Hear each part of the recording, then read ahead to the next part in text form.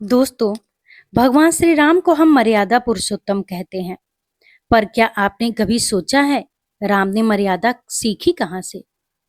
इस वीडियो में सुनिए राम और गुरु वशिष्ठ की वो दिव्य कथा, जहाँ एक गुरु ने सिर्फ एक शिष्य को नहीं, बल्कि पूरी सभ्यता को धर्म, त्याग और जीवन का अर्थ सिखाया।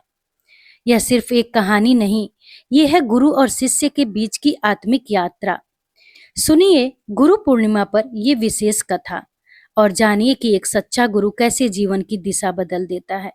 दोस्तों, अगर कहानी पसंद आए तो कमेंट में जय श्री राम जरूर लिखें। कहानी शुरू करते हैं।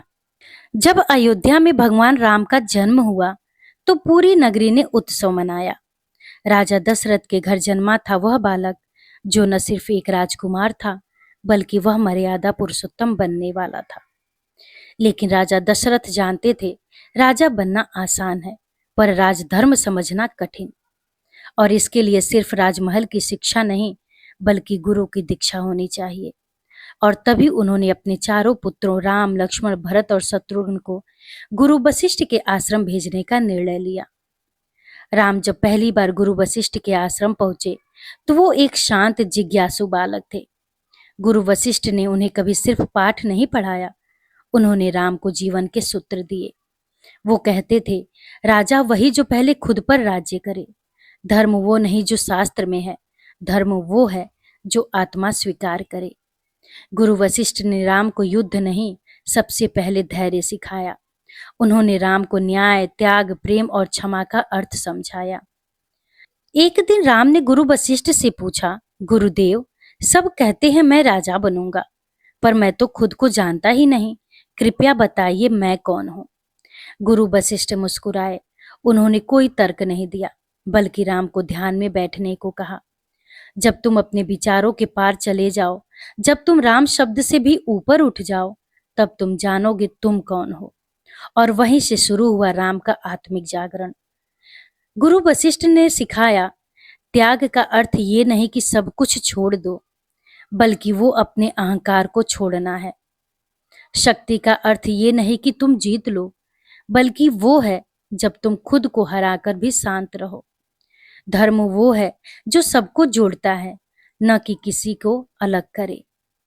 वशिष्ठ जिन्होंने राम को मर्यादा पुरुषोत्तम बनाया, शस्त्र चलाना गुरु विश्वामित्र ने सिखाया, पर आत्मा को समझना गुरु वशिष्ठ ने सिखाया।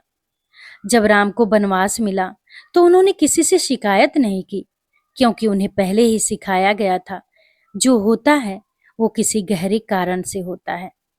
राम को हर परिस्थिति में स्थिर रहने की क्षमता गुरु वशिष्ठ से मिली। जब राम सीता के साथ अयोध्या लौटे, राज्याभिषेक से पहले वे एक बार फिर गुरु वशिष्ठ के आश्रम पहुंचे।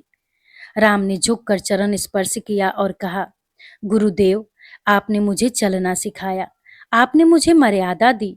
अगर आप न होते तो आज राम सिर्फ नाम होता, महत्व नहीं।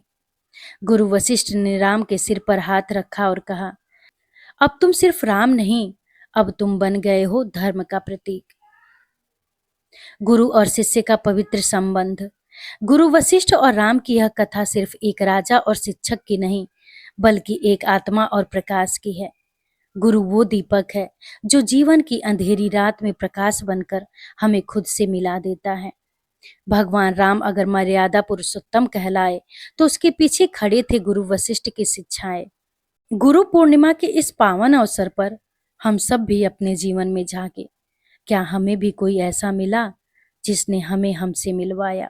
अगर हाँ, तो उस गुरु को सिर झुकाकर प्रणाम कीजिए, क्योंकि भगवान बनाना गुरु का ही काम है। जय श्री राम। गुरु पूर्णिमा की हार्दिक शुभकामनाएं।